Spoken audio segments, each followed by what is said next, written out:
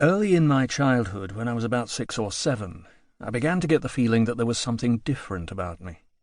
Maybe it was the way people talked about me as if I weren't in the room. My family lived at 1 The Green, a tiny house in Ripley, Surrey, which opened directly onto the village green. It was part of what had once been almshouses and was divided into 4 rooms, 2 poky bedrooms upstairs and a small front room and kitchen downstairs. The toilet was outside in a corrugated iron shed at the bottom of the garden, and we had no bathtub, just a big zinc basin that hung on the back door. I don't remember ever using it. Twice a week my mum used to fill a smaller tin tub with water and sponge me down, and on Sunday afternoons I used to go and have a bath at my Auntie Audrey's, my dad's sister, who lived in the new flats on the main road.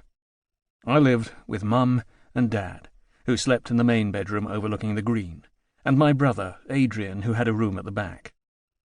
I slept on a camp bed, sometimes with my parents, sometimes downstairs, depending on who was staying at the time.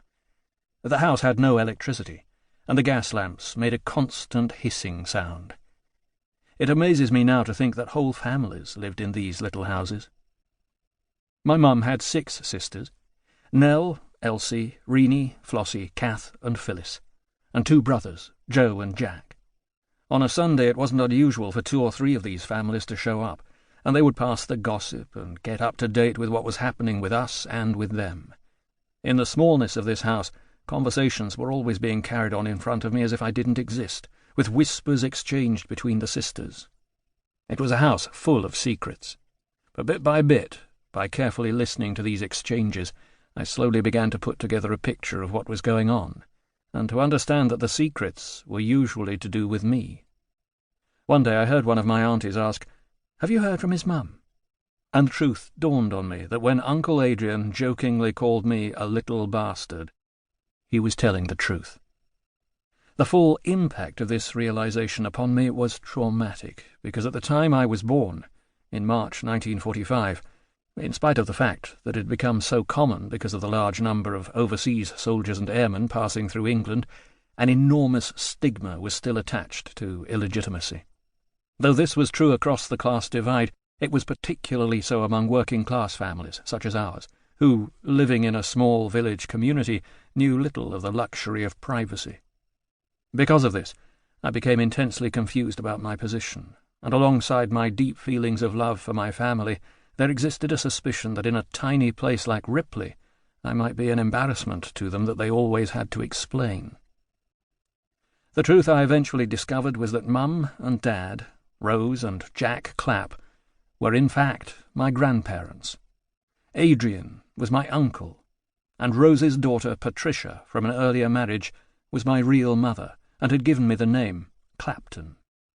In the mid-1920s, Rose Mitchell, as she was then, had met and fallen in love with Reginald Cecil Clapton, known as Rex, the dashing and handsome Oxford-educated son of an Indian Army officer.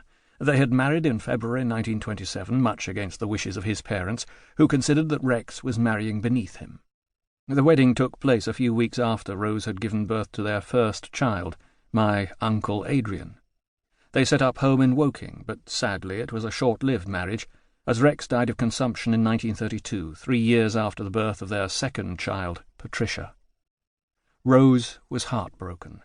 She returned to Ripley, and it was 10 years before she was married again, after a long courtship on his part, to Jack Clapp, a master plasterer.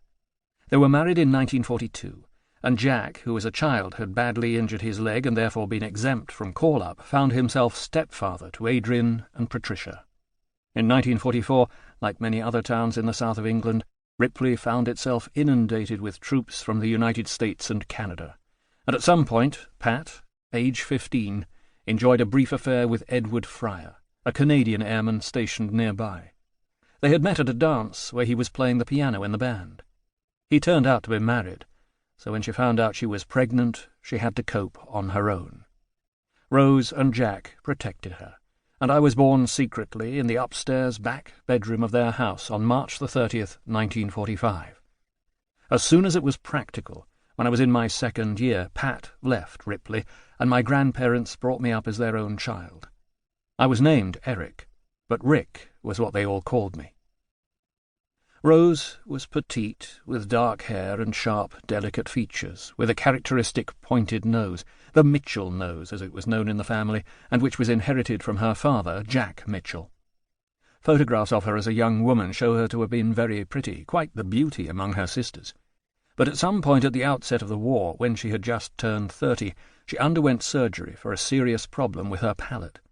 During the operation there was a power cut that resulted in the surgery having to be abandoned, leaving her with a massive scar underneath her left cheekbone that gave the impression that a piece of her cheek had been hollowed out. This left her with a certain amount of self-consciousness. In his song, Not Dark Yet, Dylan wrote, "Behind every beautiful face there's been some kind of pain." Her suffering made her a very warm person with a deep compassion for other people's dilemmas. She was the focus of my life for much of my upbringing.